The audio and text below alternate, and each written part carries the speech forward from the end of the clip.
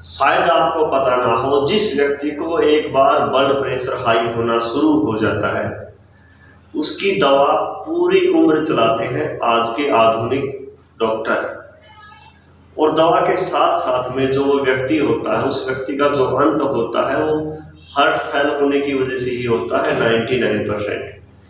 क्या आपको पता है ऐसा क्यों होता है? जब किसी व्यक्ति का ब्लड प्रेशर सामान्य से 20-30 पॉइंट बढ़ना शुरू हो जाता है तो डॉक्टर उसी समय पे उसका घी बंद करवा देते हैं, नमक कम करवा देते हैं और उसकी मेडिसिन चला देते हैं। और वो मेडिसिन लेते लेते जो है उसकी डोज बढ़ती चली जाती है और एक समय ऐसा आता है कि उसकी जो मेडिसिन है वो उसके ऊपर काम करना बंद कर जाती है। हमारे पास जो लोग आते हैं, कुछ ऐसे भी लोग आए हैं जिनका ब्लड प्रेशर 220 से लेकर के 250 290 तक भी चला जाता है। बड़ी विचार करने वाली बात है, जिसका ब्लड प्रेशर 290 चले गया वो आदमी चल कैसे रहा है, सोच कैसे रहा है, बैठा कैसे है, वो जीवित कैसे है, यहाँ तक कि उसको अभी तक लकवा या आदरण क्यों नहीं आया है, ये हमारे खुद के मन में आता है। तो ऐसा क्यों होता है? और क्यों होता है कि डॉक्टर रोगी को दवाई बड़ी से बड़ी देता है और वो जो है ठीक नहीं होता और अंत में उसकी जो मृत्यु है वो हार्ट अटैक की वजह से क्यों होती है? सबसे पहले मैं बता दूं, लंबे समय तक कोई भी एलोपैथिक मेडिसिन लेने से, मैं यहाँ पर एलोपैथिक मेडिसिन का विरोध नहीं करता, मैं खुद कहता हूँ जैसा आपके पास समय हो वैसे ही तरीके से आप अपना ट्रीटमेंट लो। हो सकता है आपके पास बहुत कम समय हो, जैसे अचानक से अब आपको पेट में दर्द हो गया, आपके सामने मेडिकल स्टोर है, आयुर्वेद बहुत दूर है, तो आप मेडिकल स्टोर पर जाइए, वहां से कोई दवा लेकर के अपने पेट को आराम पहुंचाइए। लेकिन बाद में आप सोचिए कि आपको ये समस्या क्यों हुई है और इस क्यों को कैसे हटाया जा सकता है।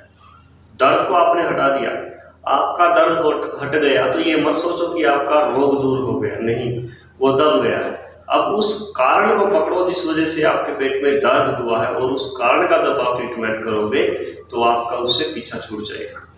तो अब मैं बताता हूँ, जिन लोगों का 200 प्लस बीपी हो जाता है या 180 से ऊपर चला जाता है और वो लोग हर तरह की मेडिसिन लेके थक जाते हैं, उनको कोई फायदा नहीं होता है, तो उन लोगों को सबसे पहले अपनी किडनी की रिपोर्ट करवानी चाहिए।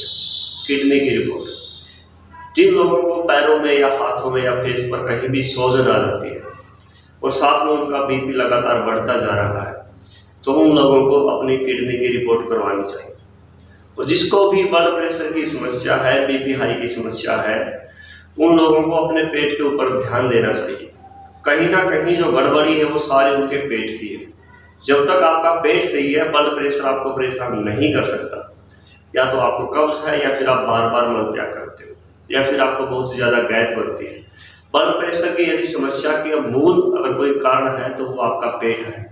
आपके पेट में लगातार बन रही गैस आपके ब्लड प्रेशर को उछालेगी ही उछालेगी। तो सबसे पहले जो है आप अपने पेट के ऊपर काम करो। कुछ ऐसा आहार लो जिससे आपका पेट जल्दी से, आसानी से, सरलता से साफ होता रहे। इसके लिए सबसे अच्छी और सबसे सस्ती और आपके घर पे होने वाली औषधि हो सकती है जो आप आटा पीसते हो। आजकल हम आटा भी बहुत मुलायम पीसने लगे हैं, बिल्कुल मैदे के जैसा। जिस मैदे को खाने से हम बचना चाहते हैं वही आज हमारे भोजन में प्रतिदिन चल रहा है, उससे हमें बचना चाहिए।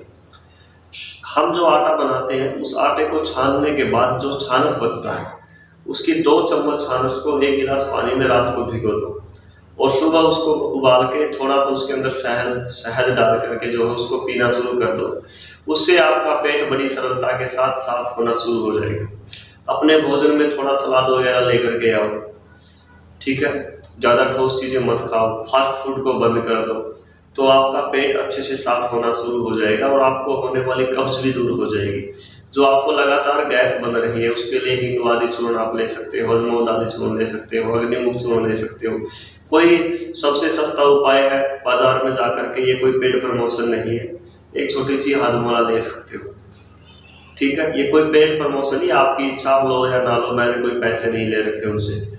तो मतलब आप सरलता के साथ आपकी गैस को काबू में करिए, पूरे शरीर पे जो है आप अपने आप को कंट्रोल करिए, अपने जीभ के स्वाद को रोकिए। यदि किसी का लगातार ब्लड प्रेशर बढ़ता है और किडनी में भी इफेक्ट है तो सबसे पहले आपको पुनर्भवादी चूर्ण की 1 चम्मच और पंचतुलसी चूर्ण की आधी चम्मच लेकर के शाम को 1 गिलास पानी में कांच के बर्तन में भिगो दो। सुबह उसको इतना उबालो कि उसके अंदर जो आधा गिलास पानी का रह जाए उसे 7-8 तय कपड़े की करके सूती कपड़े से छान के उसको ठंडा करके पी लो। वो आपकी किडनी के लिए बड़ी जबरदस्त दवा है।